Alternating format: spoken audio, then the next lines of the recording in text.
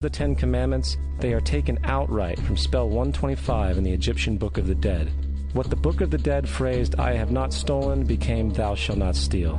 "I have not killed," became "Thou shalt not kill." "I have not told lies," became "Thou shalt not bear false witness," and so forth. In fact, the Egyptian religion is likely the primary foundational basis for the Judeo-Christian theology. Baptism, afterlife, final judgment, virgin birth, death and resurrection, crucifixion, the Ark of the Covenant, circumcision, saviors, Holy Communion, Great Flood, Easter, Christmas, Passover, and many, many more are all attributes of Egyptian ideas long predating Christianity and Judaism.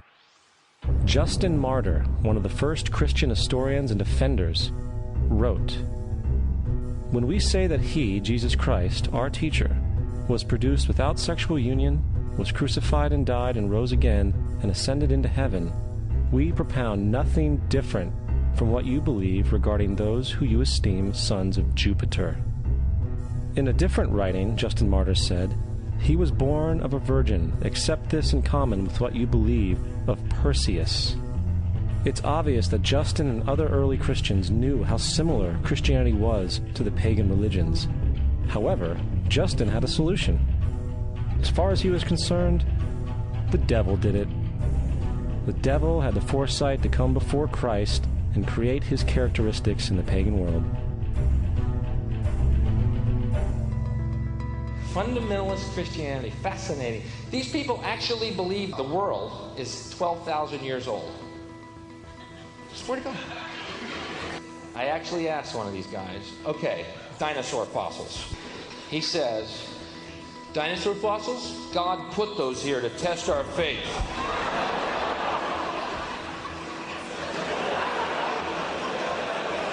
I think God put you here to test my faith, dude.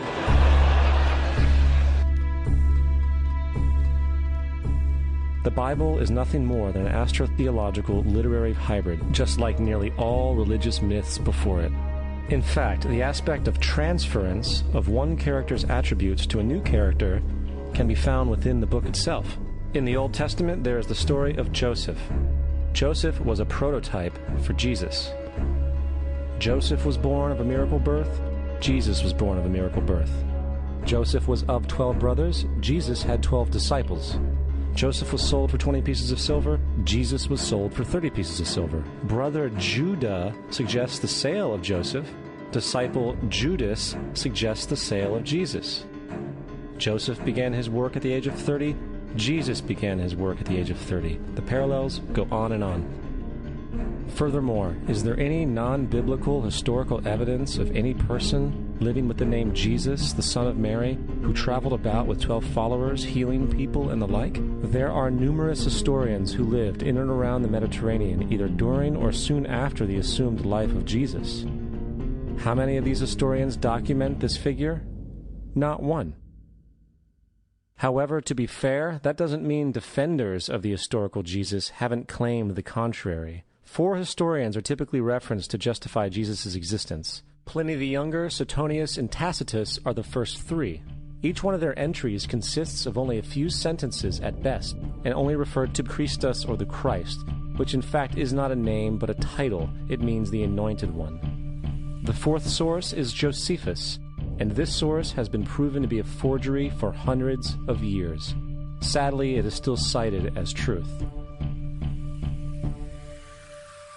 You would think that a guy who rose from the dead and ascended into heaven for all eyes to see and performed the wealth of miracles acclaimed to him would have made it into the historical record. It didn't, because once the evidence is weighed, there are very high odds that the figure known as Jesus did not even exist.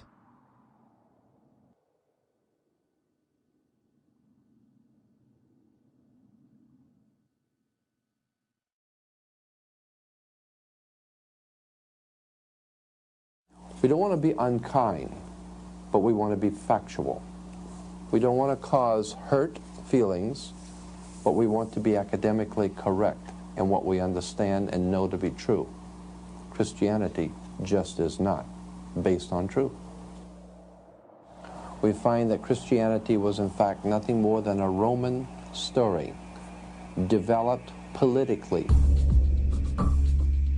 The reality is, Jesus was the solar deity of the Gnostic Christian sect. And like all other pagan gods, he was a mythical figure. It was the political establishment that sought to historize the Jesus figure for social control. By 325 AD in Rome, Emperor Constantine convened the Council of Nicaea. It was during this meeting that the politically motivated Christian doctrines were established, and thus began a long history of Christian bloodshed and spiritual fraud. And for the next 1600 years, the Vatican maintained a political stranglehold on all of Europe, leading to such joyous periods as the Dark Ages, along with enlightening events such as the Crusades and the Inquisition.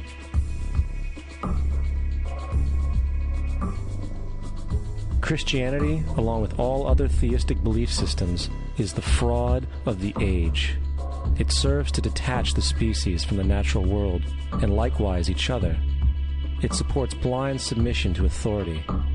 It reduces human responsibility to the effect that God controls everything, and in turn awful crimes can be justified in the name of a divine pursuit. And most importantly, it empowers those who know the truth, but use the myth to manipulate and control societies. The religious myth is the most powerful device ever created and serves as the psychological soil upon which other myths can flourish.